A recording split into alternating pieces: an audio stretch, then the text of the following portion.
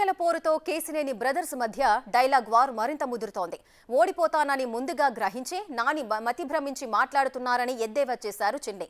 త్వరలోనే చంద్రబాబు పవన్ కళ్యాణ్ల భేటీ జరుగుతుందని, సీట్లు ఖరారు చేస్తారని తెలిపారు. టీడీపీ జనసేన ఉమ్మడి సర్కార్ ఏర్పడిన వెంటనే రాజ్యాంగానికి వ్యతిరేకంగా పనిచేసిన అధికారులపై చర్యలు ఉంటాయంటున్న కేసినేని చిన్నితో మా ప్రతినిధి మల్లికార్జున్ ఫేస్ టు ఫేస్.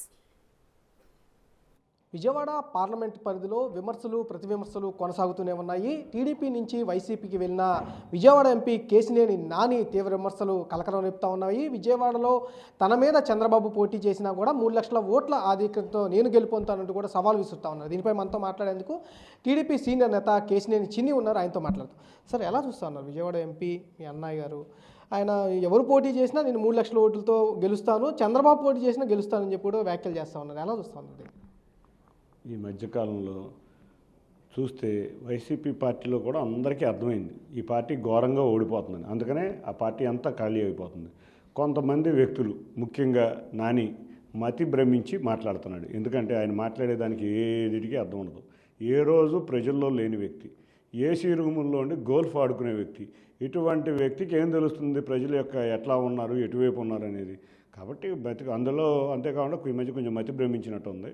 ఆయన మాట్లాడిన మాటలు ఆయన గుర్తుండట్లేదు. ఆయన ఏది మాట్లాడాడో ఆయనే తెలుసుకుంటే మంచిది. ఈ వైసీపీకి ఖాళీ అయిపోతుందని ఆయన నోటంటే ఆయనే 2 నెలల బ్యాక్ చెప్పారు. మళ్ళీ వాళ్ళు వచ్చి తెలుగుదేశం ఖాళీ అయిపోతుంది. అందుకనే కొంచెం మంచి హాస్పిటల్కి తీసుకెళ్ళి సైకియాట్రిస్ట్కి చూపిస్తే బాగుంటుందని మేము అందరం అనుకుంటున్నాం. ఇవాళ చంద్రబాబు నాయుడు గారు ఎవరిని సూచించినా 7 నియోజకవర్గాల్లో తెలుగుదేశం జనసేన అభ్యర్థులు ఘన విజయం సాధించబోతున్నారు. మినిమం 10,000 ఓట్లతో ప్రతి నియోజకవర్గంలోనూ గెలవబోతున్నారు. కొన్ని నియోజకవర్గాల్లో అయితే 40,000 పైన అభ్యర్థులు గెలిపోతున్నారు. కాబట్టి వాళ్ళకి కూడా అర్థమైంది నేను తొందరగా ఓడిపోతున్నాను. ఈ మధ్య కొంచెం పాపం ప్రజల్లో తిరుగుతుంటే అర్థమైంది జనాలు రావట్లేదు, ఆయన ఎక్కడికి వెళ్ళినా కూడా ప్రజలు రావట్లేదు. కాబట్టి అర్థమైపోయింది నేను ఓడిపోతున్నాను. కాబట్టి ఏదో షో చేద్దాం అన్నట్టు ఈ షో కబుర్లు చెబుతున్నాడు. ఆయన పారిపోవడం అర్థం కావట్లేదేమో. ఈ షో కబుర్లు చెప్పి జగన్మోహన్ రెడ్డి దగ్గర మెప్పు పొంది ఏదన్నా సీటు సాధిద్దాం అనుకున్నాడు. అది సీటు కూడా రావడం కష్టమని నా అభిప్రాయం. సార్, ఇంకోటి ఫ్లెక్సీల వారు కూడా ఒకటి నడుస్తూ ఉంది విజయవాడ పార్లమెంట్ పరిధిలో కూడా. ఒక పక్క వైసీపీ సిద్ధం అనే ఫ్లెక్సీలు ఏర్పాటు చేస్తూ ఉంటే దానికి పోటీగా జనసేన, మీ మిత్రపక్షం కూడా మేము సిద్ధం అంటూ కూడా వాళ్ళు ఫ్లెక్సీలు ఏర్పాటు చేస్తూ ఉన్నారు. కొన్ని పోలీసులు కూడా తొలగిస్తున్న పరిస్థితి కూడా కనిపిస్తూ ఉంది. దీన్ని ఏమంటారు? ఒక్క విషయం, వారు సిద్ధమని ఫ్లెక్సీలు ఏర్పాటు చేశారు. మేము కానీ జనసేన కానీ ఇక్కడ ఉమ్మడి కృష్ణా జిల్లాలో గుడివాడలో కూడా చూసుకుంటే తెలుగుదేశం సై అంటాం, మేము కూడా సిద్ధం అంట 2 రకాల ఫ్లెక్సీలు ఏర్పాటు చేయడం జరిగింది. పోలీసు వారు కొంతమంది అధికారులు ఉంచుకుని, అంటే పాపం చాలామంది కింద పోలీసు వారు సహకరిస్తున్నారు, కానీ పై అధికారులు కొంతమందిని ఉంచుకుని మా ఫ్లెక్సీలు తొలగించడం జరుగుతుంది. మీకు ధైర్యం ఉంటే, ధైర్యం ఉంటే మీ సిద్ధం ఉంచు, మేము సై ఉంచు, మేము కూడా సిద్ధం పోస్టర్ ఉంచు, ప్రజలు ఏం తెలుసుకుంటారు. నీకు భయం ఉంది కాబట్టే మా పోస్టులు తొలగిస్తున్నావు.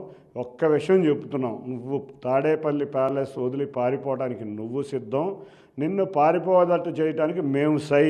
తప్పకుండా నువ్వు పారిపోవడానికి సిద్ధంగా ఉండు, మేము నిన్ను పారిపోవడానికి ఏర్పాట్లు మేము చేస్తాం సై. కాబట్టి నువ్వు ప్రజాక్షేత్రంలో ఎదుర్కోవయ్యా, ఎందుకు మా పోస్టులు చింపుతావు, లేకపోతే కొంతమంది అధికారులతో దుర్వినియోగం చేయించి మాయితే ఇస్తావు. ఉంటే 2 ఉంచు, ధైర్యం ఉంటే. నువ్వు ధైర్యం లేదు కాబట్టి ఇటువంటి ఆశలు వేస్తున్నావు. తప్పకుండా అధికారులు గుర్తుంచుకోండి, మీరు నిజాయితీగా ఉండండి, చక్కగా ఎలక్షన్లు నిర్వహించండి. ఎవరైతే ప్రజాప్రభుత్వం ఏర్పాటు చేస్తుందో ఏర్పాటు చేయనండి. అంతేగాని కొంతమంది మీద పక్షపాత ధోరణిని ప్రదర్శిస్తే 3 నెలల్లో ప్రజాప్రభుత్వం రాబోతుంది చంద్రబాబు నాయుడు గారి ఆధ్వర్యంలో. ఆ ప్రజాప్రభుత్వంలో మీకు వచ్చినాక ఇటువంటి పక్షపాతం చూసిన అధికారుల్ని మా నారా లోకేష్ గారు ఆల్రెడీ రెడ్ డైరీ మెయింటైన్ చేస్తున్నారు. తప్పకుండా మీ పేర్లు ఉంటాయి దాంట్లో. తప్పకుండా మేము మీ మీద క్రమశిక్షణా చర్యలు, అంటే అన్యాయం చేసిన ఒక పక్షపాతం ఉన్న క్రమశిక్షణా చర్యలు మన లోకేష్ గారు తీసుకోబోతున్నారు. అంటే వైసీపీ ఇప్పటికే 5 లిస్టులు ప్రకటించుకుంటూ అభ్యర్థుల్ని ఖరారు చేసుకుంటూ వెళ్ళిపోతూ ఉంది. ఉమ్మడి పొత్తులో భాగంగా ఇప్పటి వరకు ఒక 4 సీట్లు, అది స్టేజీ మీద నుంచి 4 నియోజకవర్గాలు ప్రకటించిన పరిస్థితి. టీడీపీ ఎప్పుడు మొదటి లిస్టు ప్రకటించే అవకాశం ఉంది? పొత్తులో భాగంగా జనసేన కానీ టీడీపీ కానీ ఎప్పుడు ప్రకటించే అవకాశం? ఒక్క విషయం అండి, మా నాయకులు బోల్డ్ అంతమంది పోటీ పడుతున్నాం. అందరం ప్రజాక్షేత్రంలో అయితే ఉన్నామా లేదా ఒకటి గుర్తుంచుకోండి. అందరం ప్రజాక్షేత్రంలో తిరుగుతున్నాం, ప్రజల చెంతనే ఉంటున్నాం. మా లిస్టు వస్తుంది. ఎందుకంటే ముందు అధికారికంగా మా పొత్తులు ఖరారు అవ్వాలి. చంద్రబాబు నాయుడు గారి అరెస్ట్ వల్ల కొంచెం రోజులు డిలే జరిగింది. ఆ తర్వాత ఆయన కొన్ని దేవాలయాలు, మసీదులు, చర్చిలు సందర్శించుకోవడం ఇంకొంత సమయం వెచ్చించారు. ఈ లోపల పవన్ కళ్యాణ్ గారు ఆయన కూర్చున్నారు. ఇవాళ రేపో కూర్చోబోతున్నారు. లాస్ట్గా ఫైనల్ లిస్టులు, పొత్తులు ఖరారు కాబోతున్నాయి. ఇవన్నీ అయినాక అభ్యర్థులను అనౌన్స్ చేస్తారు. అయినా అభ్యర్థులను అనౌన్స్ చేసినా చేయకపోయినా మేమందరం చూస్తున్నారో లేదో, మీరు అందరం ప్రజాక్షేత్రంలో ఉన్నాం, ప్రజలకు చెంతనే ఉంటున్నాం, ప్రజల బాధలు తెలుసుకుంటున్నాం, వారి బాధలు మేము ఏదైనా టెంపరీ రిలీఫ్ చేయగలమో ఏమో చేస్తున్నాం.